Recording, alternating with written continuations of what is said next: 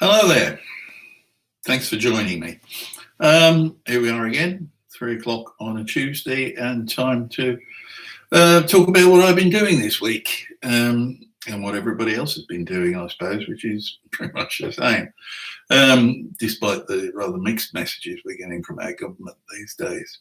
What I was thinking about yesterday was wondering how we'll remember this year in the future, assuming that there will be a future.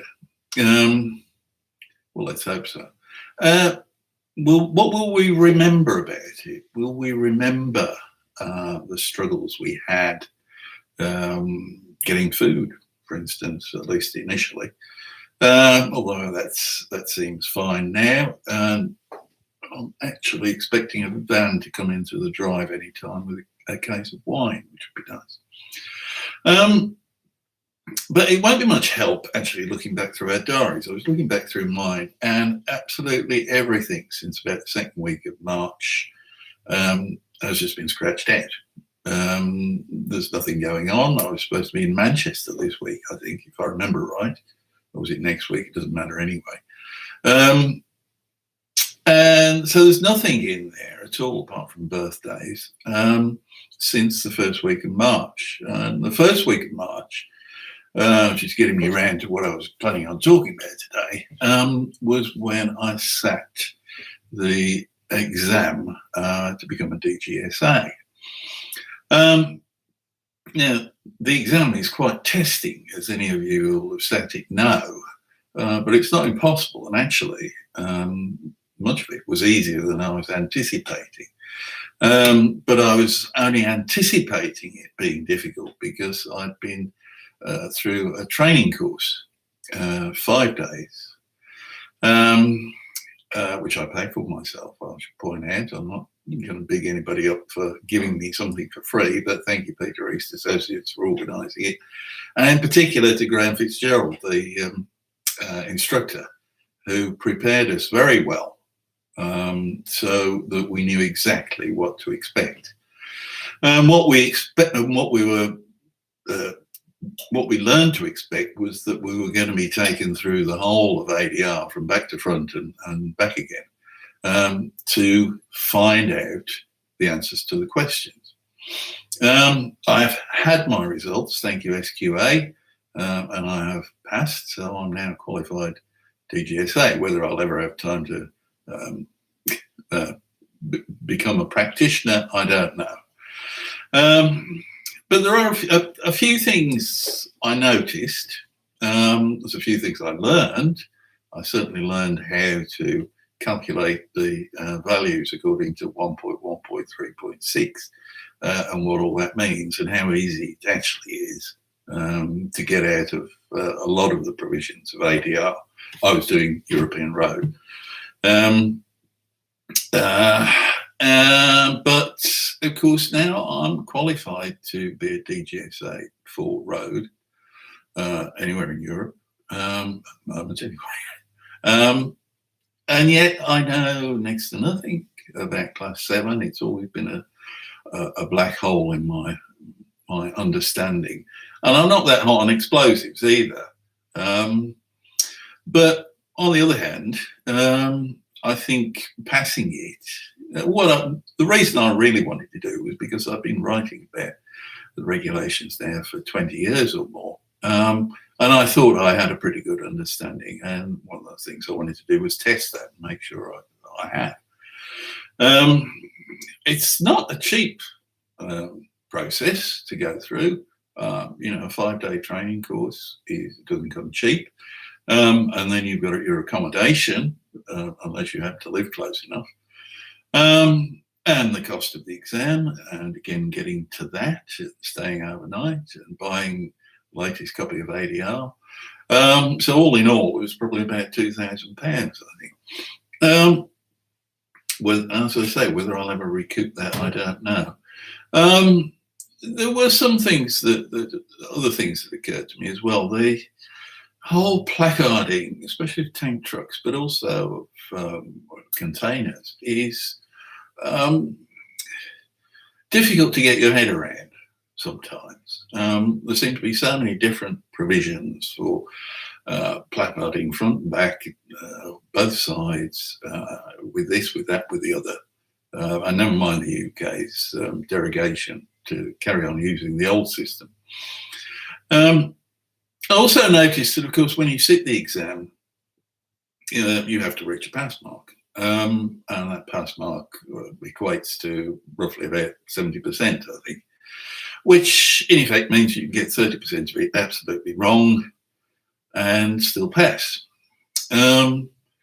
I wonder if we'd be happy if doctors, for instance, could get 30% of everything they do wrong and still remain qualified.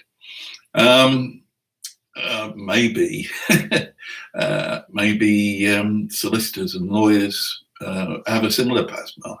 I don't know. It's probably too much to ask to get everything right, and I'm sure I didn't. But I got at least 70%. We don't know exactly.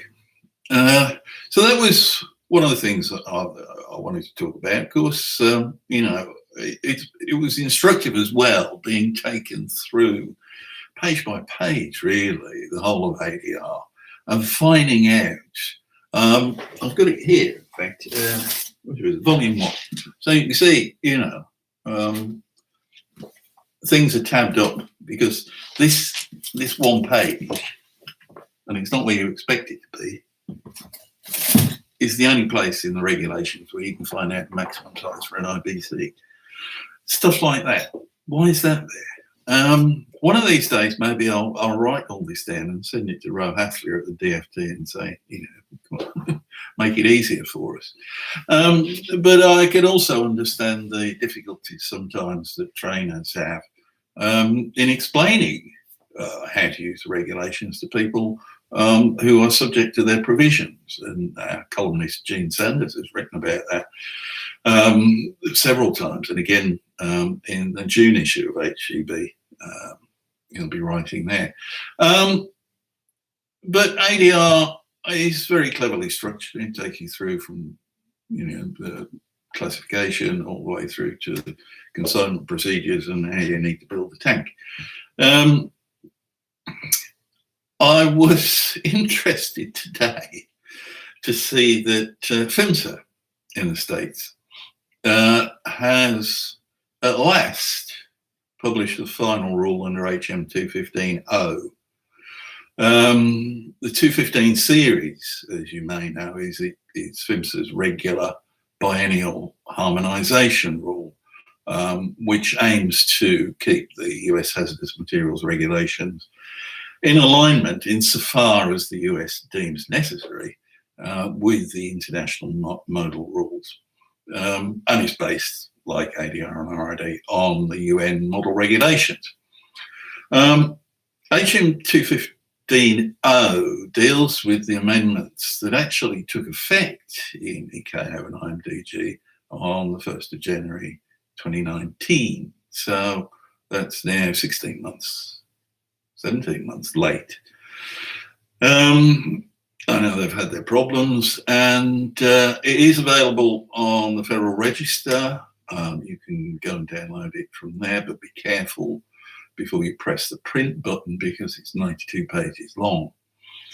I did hear, and I'm happy to think about this, but I think it was last September when I saw somebody from PHMSA who's speaking at the Label Master Symposium in Chicago, to the effect that the team was working on 215P, which will be the harmonisation rulemaking due into effect at the start of 2021, was already working on it then. So let's hope they can get that out in better time. But what it made me realise when I was looking through that this morning, I didn't read every word of the 92 pages, I have to admit, but just looking at it is enough to make your head spin. And it's also enough to make you very grateful that here in Europe, ADR is structured in such, I wouldn't say easy to follow fashion, but it's certainly an awful lot easier to work with. So well done to the regulators for that. As I pointed out before, a lot of the planned amendments to the 2021 edition will not be going in because they haven't been finalised in time, seeing as the WP15 had to delay its spring meeting. So hopefully the 2021 update won't take me too much to get my head around, and I'll just move the tabs out of this edition. So DGSA, yes, it's tough, but it should be tough. We're dealing with safety critical regulations, and it is a worthwhile task, I think. So I'm glad I've done it. Maybe I'll do it in 5 years. Maybe I'll retire by then. Who knows?